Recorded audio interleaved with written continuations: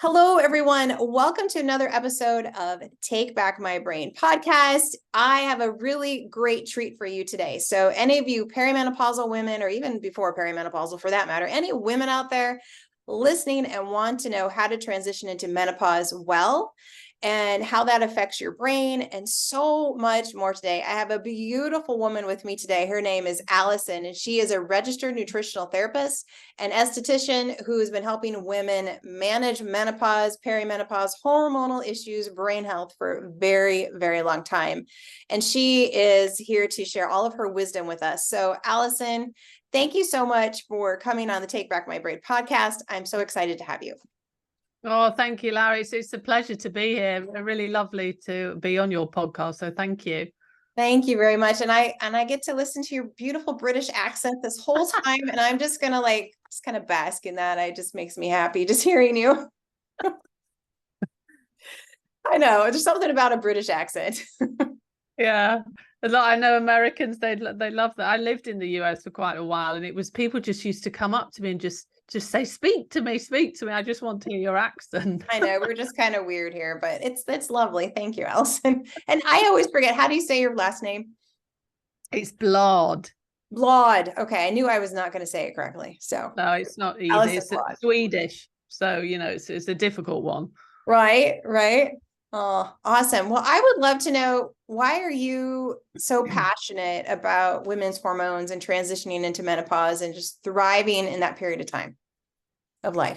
Yeah, I mean, my journey started when I was a teenager. The reason that really led me into being so fascinated with hormones was I had very bad skin. I had actually had acne when I was a teenager. Me too. Yeah. Did you? Yeah, I did. Awful acne. Mm-hmm. Yeah, because I mean, being a teenager is difficult enough in itself, isn't it? Without having a face full of spots. So that really knocked my self-confidence. You know yourself, Larry, how it feels when you've got a face full of spots. But I really started wondering, why was this happening, even at that young age? And I wanted to know. I didn't just want to take medication. I wanted to see if I could help with diet, with lifestyle, etc. So I started kind of looking into hormones and trying to understand what was happening.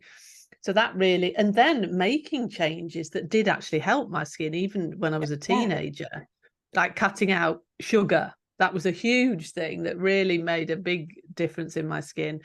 But that was my first kind of love for hormones, because I found them fascinating. And then I actually started my career as an esthetician, so working with skin health, and specifically with hormonal skin health. Wow. In women in perimenopause, menopause, because your skin can all of a sudden start behaving very strangely in that. I know, right? What's going on? And then I very soon came to realize that you can work on the outside with aesthetic treatments, but you really need to work on the inside as well. So that's when I went back to university and studied nutritional science, and really got that, the inside piece as well, because it's so important what you eat to balance hormones for your general overall health.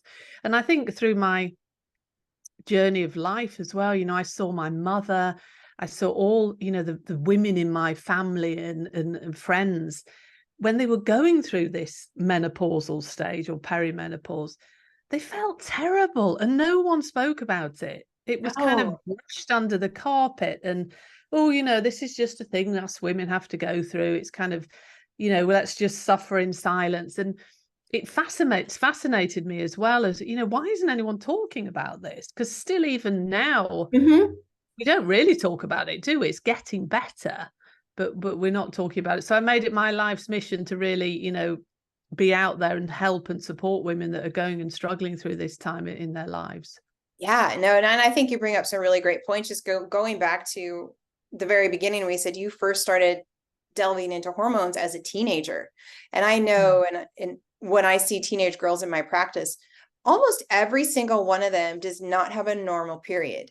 And so many of them have such heavy periods where, you would think maybe they're perimenopausal because their periods are so heavy and there's so much PMS that goes on with it. So our hormone health. And so I hope there's a lot of moms listening to this, wonder your teenage daughters, how their hormones look right now.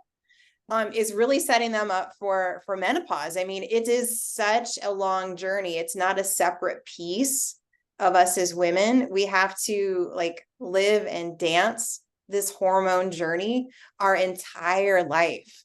Would you agree with that, Allison? Totally. Totally 100% agree with you. And the younger girls that they're having such, pain and PMS and, like you say, heavy periods, and it's lifestyle, isn't it? I think our lifestyle has changed so much in a very short period of time, and Yeah. there's many different factors, aren't there? But the toxins that we expose ourselves to, the foods we're eating, the stress, it's all, there's so many things going on that really affect our overall well-being and our hormonal balance. Yeah, absolutely. What would you say to the moms out there listening if their daughter is struggling? Like what changes would you challenge them with like right now for them? Yeah, I think with diet, I know this isn't easy, but one thing that really would make a difference is to reduce or avoid ultra processed foods. Mm-hmm. Yeah, I agree. Packaged foods that have a list of ingredients that you don't even know what they are. Trying to eat real food, like food that you look at and you know what it is. Yeah. Because ultra processed foods majority of them don't really have much nutrition in them, and they're high in sugar, damaged fats, and this just plays chaos with your hormones. Right, right. You don't stand a chance when you're eating those foods, really. No, No, for no. sure. And you're going back to the acne. I went on Accutane, which I wish I would have never done, but back at that in those days, you didn't know you weren't supposed to do it, right? And so to go on Accutane, I did 2 rounds of it because I had such bad cystic acne, and then they put you on birth control as well. And so, I mean, I was just this hormonal wreck after all of those treatments, and because Accutane, damages your liver, right? And so that disrupts your hormones, and so then you continue on this whole like vicious cycle. And I think I've had quite a few young people who have come to me with being on Accutane and wanting their skin to clear up, and it's such a challenge because you don't want to look like this. I remember looking at my school pictures and just bawling because I'm like, I do not look that horrific, because it was really bad, and I understand that, but at the same time, it's hard to look forth into the future of how that's going to affect you. So how would you speak to, again, I know we were going to talk about midlife crisis, but I think I just kind of got stuck here on this whole, like, how do we start the journey well, so that we can go to that midlife piece? Does that make sense? Yeah, totally. It's devastating really when you have acne as a teenager, and it's just so true in what you said, that you want to get rid of it, don't you? So if someone can offer you a medication that will work, you don't necessarily think of the long-term effects of that on your health. It's just here and now, isn't it? It knocks your confidence, you feel terrible. It's difficult because obviously these people talk to their doctor, and you need to listen to what your doctor says, but there is, when we look at nutritional therapy and skin and acne, there are many things. For example, dairy. I'm not saying this is the case for everybody, but a lot of the times when I work with people that have skin problems, removing dairy from their diet can make a huge difference. Making sure that they've got enough zinc, because zinc is really needed for skin health. And just reducing, as we said, the sugar that you eat. I mean, it's really working on many different aspects, and stress, and there's so many things that cause or have a play in acne. And then looking from the aesthetic side of it, there are many very good professional salon treatments that can really help the skin. There's been a lot of research on blue light therapy, which has been shown to really be very helpful with acne, and using different sorts of peels. A very good esthetician would be able to advise you on what treatments. So that has a piece, absolutely. And thinking about what you're eating and your stress, something as simple as, being stressed all the time isn't beneficial for skin health. No. And I think our young ladies are growing up, we haven't done a very good job of teaching them how to slow down. And so I think when we're getting into that menopausal range, we're still stuck in that like rushing woman syndrome or whatever you want to call that. And that takes such a toll on our health. And so how does that play into this, as into nutrition and that midlife transition? Yeah, stress. I mean, you could do a whole podcast, couldn't Right. you? We could just talk about that from now on for the next 16 hours, right, Allison? It's when we look at menopausal, perimenopausal women and stress, it's not our friend. I mean, it's not the friend of anybody, really, chronic stress. Right. And it seems that in society these days, everyone seems to be chronically stressed. We're all running around crazy, aren't we? Doing too much, never having any time just to breathe or relax. And what that does to your system is, you're constantly releasing what we call stress hormones. One in particular, cortisol. And cortisol, it causes inflammation, it raises our blood sugar levels, it stores fat, and that's particularly around the stomach area, which again is something Which we don't want, right? No, we don't. But a lot of menopausal women will say, I'm just gaining weight and it's all coming around my stomach area. It's really, when it comes to stress, you really have to find something that works for you. And women, 40 plus, coming into perimenopause, it can be a time in a woman's life where you've got a lot of things going on. You're maybe at the height of your career, you've got teenagers at home, your parents maybe are getting older and need more care. That in itself is enough. But then on top of that, you can have these perimenopausal symptoms starting to creep in. And it just becomes too much. It becomes overwhelming. You need to put time aside to manage your stress and look after yourself. You just can't get away with not doing that as you get older, because you will get to a stage where you will have to.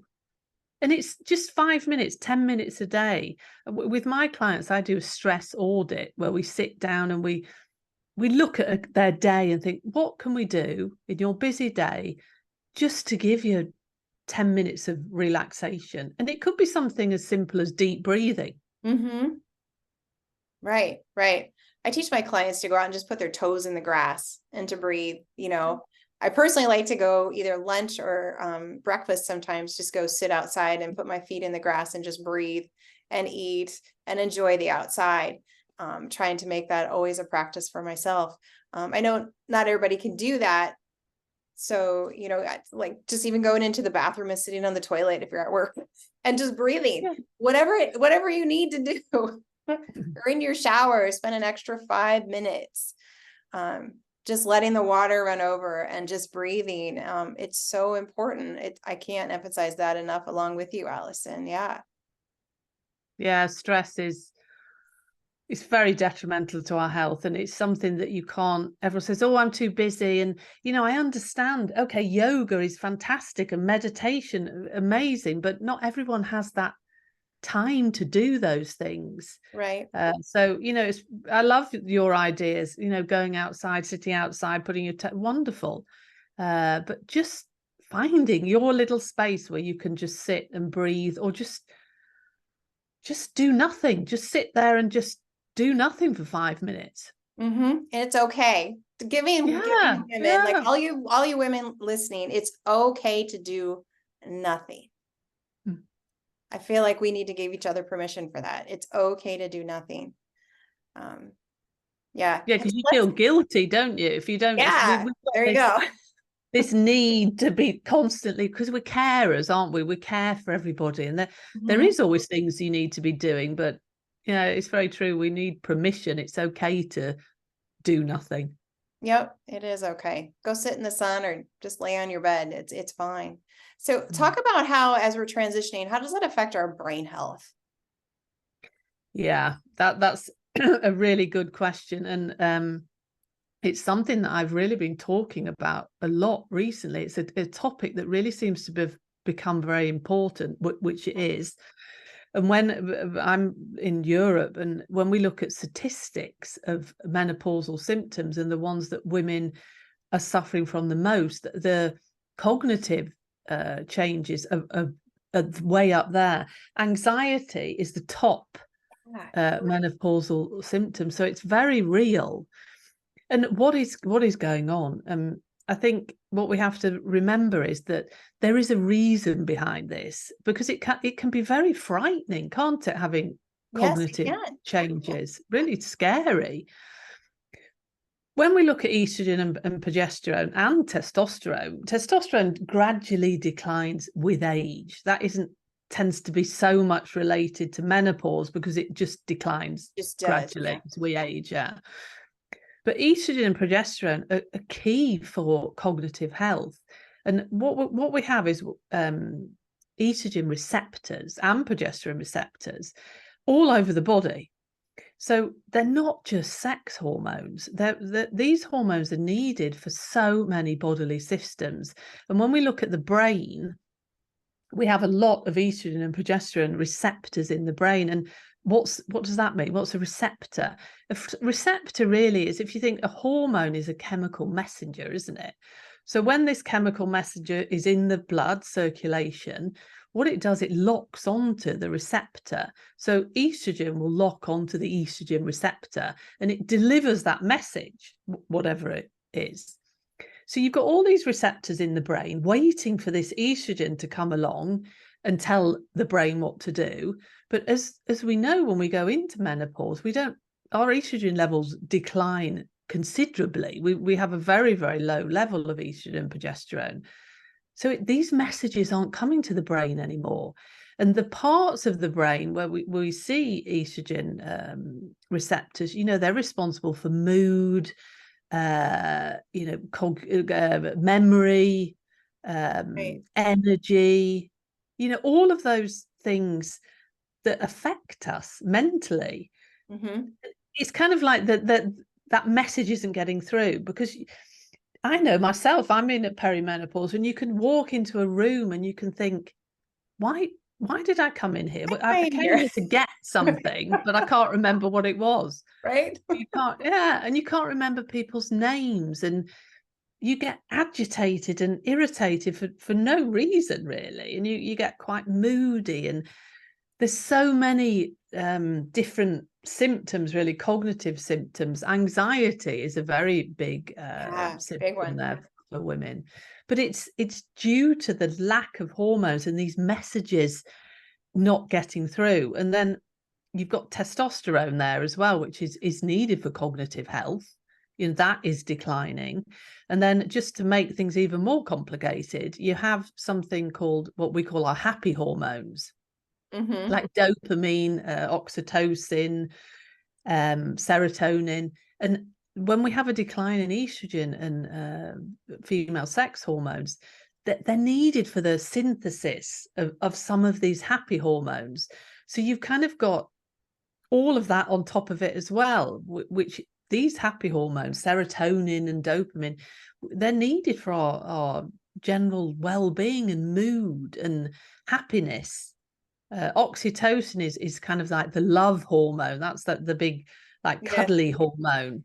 And that can be affected due to the lack of estrogen. And you can find yourself maybe, just wanting to be on your own more. You're not as social as you used to be.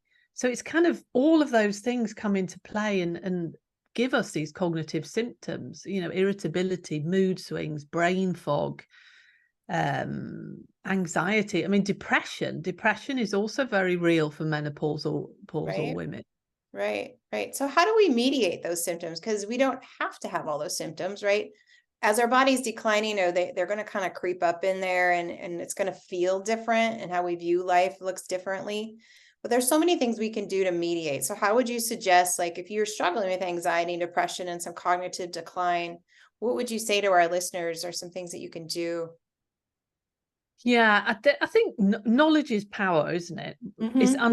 Once you understand why this is happening, that it makes you feel better, because you Right. realize, you're not actually going mad. There is a reason behind this, and it is very real. I mean, I see with my clients all the time that the cognitive symptoms are very, very real, and they really suffer with them. So accepting that and understanding, okay, I might have mood swings, I might feel anxious, but I know why this is happening. And I think, when we look at what we can do is just being kind to yourself, Mm-hmm. and not, when you feel that you're going to have a mood swing, or you feel that kind of anxiety coming on, going back to breathing. One thing that really works is just to step away from the situation, whether you're at work, if you can, just remove yourself from that situation and take a few deep breaths and go back. It kind of resets the body. Because sometimes you can just get irritated for no reason. There can be triggers, can't there, that Right. you never had before, and you can just get irritated by people that you didn't find irritating before. So I think it's working on finding ways in the environment that you're working in, or at home, to just move away from that when you're feeling anxious, or feel like you're going to say something you regret. Right. Because you do say things you didn't say when you're 30. So I will tell you that turning 50, I'm like, I feel a little bit more bold than I used to. Yeah, I think as well, you can't blame everything on menopause. I do think it's very true. As we get older, we have more confidence, don't we? Yes. Yeah. Whereas, you maybe wouldn't have said, actually, I actually don't really agree with that, and start a debate on it. You maybe wouldn't have said that when you were younger. So there is an age thing that goes into that as well. But when we look at nutrition and brain health, a key thing to work on is blood sugar management. Absolutely. Really, yeah, that is crucial. And that's It really is. looking at what you're eating. And again, it goes back to the ultra processed foods. We want to eat foods that are rich in fiber, and whole grains, complex carbohydrates that don't shoot your blood sugar up. Because what happens when you eat processed foods, they're very easily digested, and they shoot your blood glucose levels up. And when this happens, your body doesn't like that, so it will use insulin, which is a hormone that's secreted from your pancreas, to enable your body to utilize glucose. But then it does a very good job of that, and your blood sugar goes low, and your body doesn't like that. And you're going to get cravings then to eat processed foods. And this whole kind of roller coaster thing, it's not good for your overall health, but it's certainly not good for cognitive health. And and it's shown in research to worsen brain fog and memory lapses, and also hot flashes. So eating fiber, eating in balance, protein, complex carbohydrates, and healthy fats are needed for the brain, very much so. And we tend to, I know the era that I grew up in, fat was a swear word. Nobody, Right. it was, Me too. everything was, low fat, everything. Yeah. My hormones had never been so bad when I ate low fat. I look back then, I'm like, oh boy, did I really mess things up, for sure. Yeah. And my listeners who are on this podcast, I have a food fundamentals course that teaches you, proteins, fats, and carbs, how to eat them, and then also how to keep your blood sugar regular, and some supplements and stuff to help with that, along with digestion. So if you're interested in that, that will be in the show notes. That's a good stepping stone, like, what should I eat then? And so that course is a good course for you to go through. And of course, appointments with Allison or myself to help you, along that journey is key as well. I know for me, I was excited to have this conversation with you because, like I said, I just turned 50. And my mom had a hysterectomy at 38. And I would say her hormone journey previous to that was like very bipolar, right? So it was like, and nobody, like you were talking, nobody talked about that. Nobody talked about those journeys. You just dealt with it. And if you were crazy, your family just had to deal with it, because no, there was really not a lot of help. You either got put on an antidepressant, which there really wasn't that many at that time, or you got prescribed an estrogen, or you were just told to hang on for the ride, and this is just the way that it's going to be. And thankfully, a lot of things are changing. But my goal was to not have a hysterectomy at 38 and to transition into menopause well. And so I'm 50 now and I still have all my organs. And I feel like I'm transitioning pretty well into that menopausal state. But it's taken a lot of work. And I think that's something maybe we could chat about, is how much work it does take, and to be an advocate for yourself. Because I see so many women who come into my office that they're 40, 45, and they're in this perimenopausal state, and they're just put on antidepressants or, anti-anxiety medication. And, they're like, that's your problem, or here's a thyroid med, but nobody's addressing anything that's going on with their blood sugar regulation, their diet, etc. What do you say to those women? Because that is a hard journey. Yeah, it's tough, isn't it? Because there's so many things that you can do. There's so many kind of pieces to the puzzle. Mm-hmm.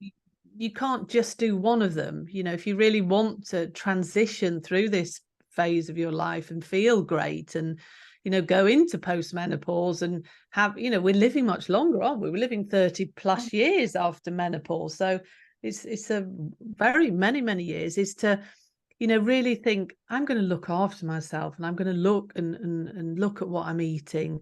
I'm going to look at my lifestyle. Maybe, again, this is a very personal thing, but if you want to take hormone replacement therapy, that again is an option. Mm-hmm. There's been a lot of changes in that now compared sure. to what it was many years ago. So it's all these kind of pieces, but there's so many things that you can do. But I think the first thing is really allowing yourself to look after yourself and realizing that you just can't get away with what you did when you were younger. And even if you think that you can, I can promise you You can't. can't. Because no, you can't really, No. because you'll just feel terrible. You need more sleep. Alcohol, Mm-hmm. it is like the enemy of a menopausal Oh woman. my gosh, Feel completely. terrible when you drink. Mm-hmm. So taking all those things into consideration, and blood sugar management is really key. Stress management, looking at eating a balanced plate, Yes. and really all of these things together add up. That's really what you want to be looking at. You can't just do one thing. You can't just go on hormone replacement therapy and think that is going to fix everything if you haven't got a good diet, you don't exercise, and you're chronically stressed all the time. Such a great point. Yeah. It won't work.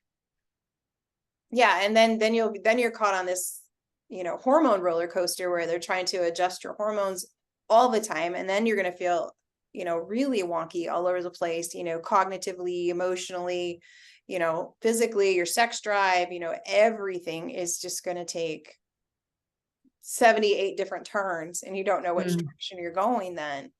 I would love to talk a little bit about sex drive. How do we transition into that? Because I think everyone listening would be like, I want to keep my sex drive, right? But as hormones decline, things feel and look different, and all those kind of things. So what do you have to say about that? Yeah, that again, that's a big symptom, a lack of Right. libido. And what the first thing is that as we transition through menopause, again due to the lack of estrogen, our mucous membranes can become a lot drier. Mucous membranes, they're in the mouth, they're in the eyes, they're in the vagina. So a lot of women really suffer from vaginal dryness. Mm-hmm. And this is one thing that is so easy to manage, because there's creams, vaginal estrogen creams that have been shown, even if you can't take hormone replacement therapy for whatever reason, they're not systemic. They stay in the vaginal area, and they work. And let's face it, if you've got soreness and vaginal dryness, you're not going to be feeling very, you don't feel very like you want to be intimate with your partner. Right. Right. So anybody that is suffering from that, I really recommend that you talk to your doctor, about this, because there really are so many easy things that you can do for vaginal dryness. And urinary tract infections as well are something that a lot of women start to suffer from. And these preparations, the estrogen creams, can really help with that as well. So that works on, the vaginal dryness area. When it comes to libido, you just you lose your mojo, don't you, really? You There's not do. that spark. Where's the mojo? That spark kind of disappears. Uh-huh. I mean, when we look at nutrition, you definitely want to be eating your healthy fats, because that is what hormones are made from. But testosterone actually plays a big role in our sexual desire and libido. And there is testosterone supplementation, but obviously that is something that you would need to talk to your doctor about. Research shows as well with hormone replacement therapy that can help some women, regain their libido. Right. But there are things, and it's, again, it goes back to what we were saying, blood sugar balance, looking after your body, because a lot of the time, when it comes to libido and sex drive, it's here, isn't it? It's in your brain. Yeah. Yep. How focused can you be? Like, I know I've gone through periods of time in my life where I'm like, I just cannot focus. I'm thinking of like 10 different things, while you're, trying to make love to your husband, and it doesn't work.